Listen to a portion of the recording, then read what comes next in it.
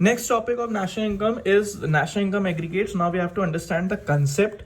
See, एक term आता है ग्रॉस, एक टर्म आता है नेट, ठीक है। एक टर्म आता है डोमेस्टिक और एक आता है नेशनल।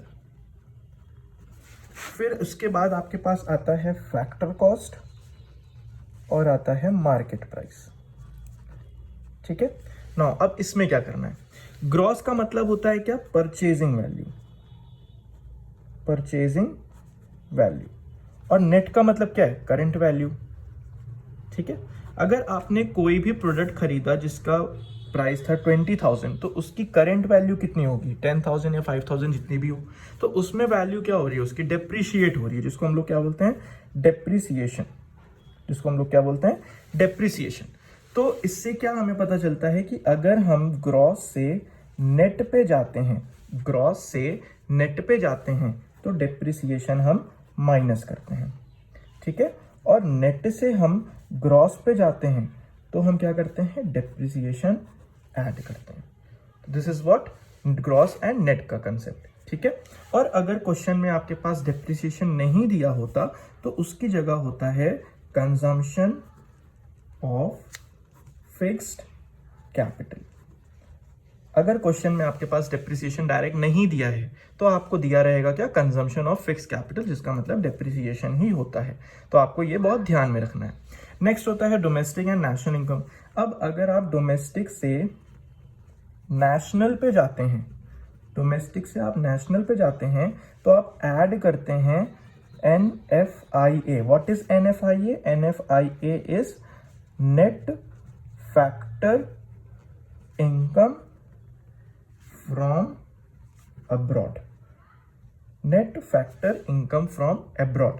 तो आप यहाँ डोमेस्टिक से नेशनल जा रहे हैं, जाहिर सी बात है बाहर जाएंगे तो आपकी इनकम ऐड होगी, नेशनल से वापस डोमेस्टिक आएंगे तो इनकम आपकी लेस हो जाएगी। अंडरस्टूड।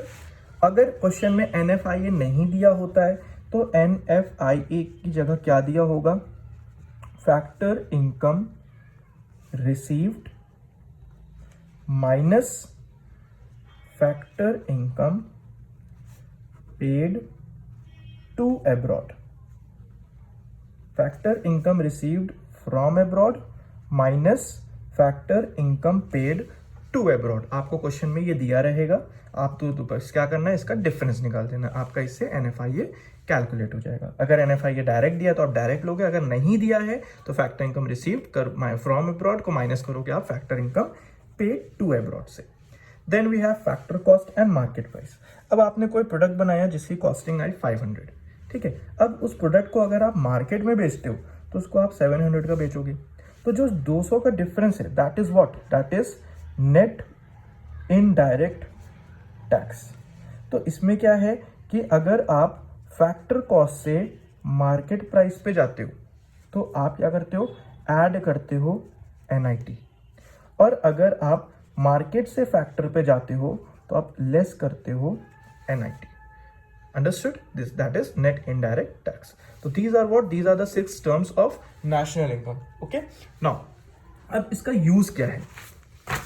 अब अगर मान लीजिए आपके पास NIT नहीं दिया है तो NIT की जगह आपके पास दिया रहेगा इनडायरेक्ट टैक्सेस माइनस सब्सिडीज। अगर आपके पास इनडायरेक्ट NIT नहीं दिया है तो आपको क्या दिया रहेगा, इनडायरेक्ट टैक्स माइनस सब्सिडीज आप करोगे तो आपको NIT मिल जाएगा। अंडरस्टूड।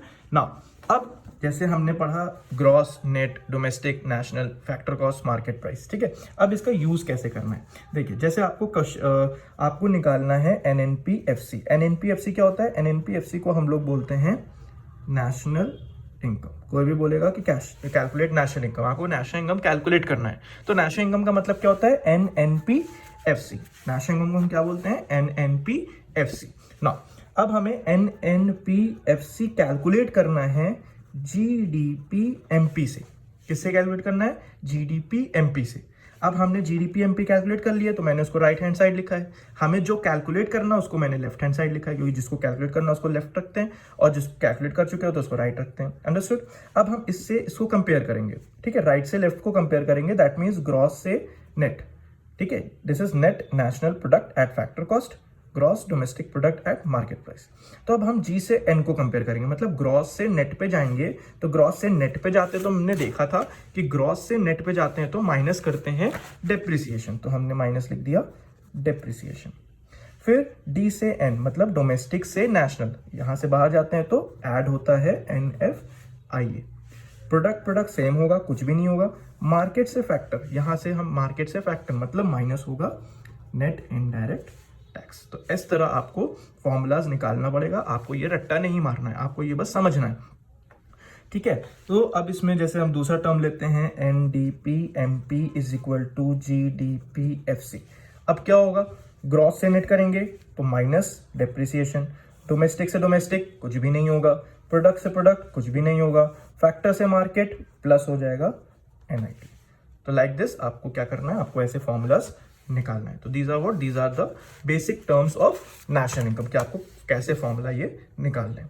अगर डेप्रिसिएशन क्वेश्चन में नहीं दिया है तो consumption of fix capital, NFIA नहीं दिया है तो factor income receive minus factor income paid to abroad, factor cost से मार्केट प्राइस जाते हैं तो NIT प्लस करते हैं और माइनस करते हैं, और NIT नहीं दिया है तो इनडायरेक्ट टैक्स को माइनस करेंगे सब्सिडीज से। अंडरस्टूड?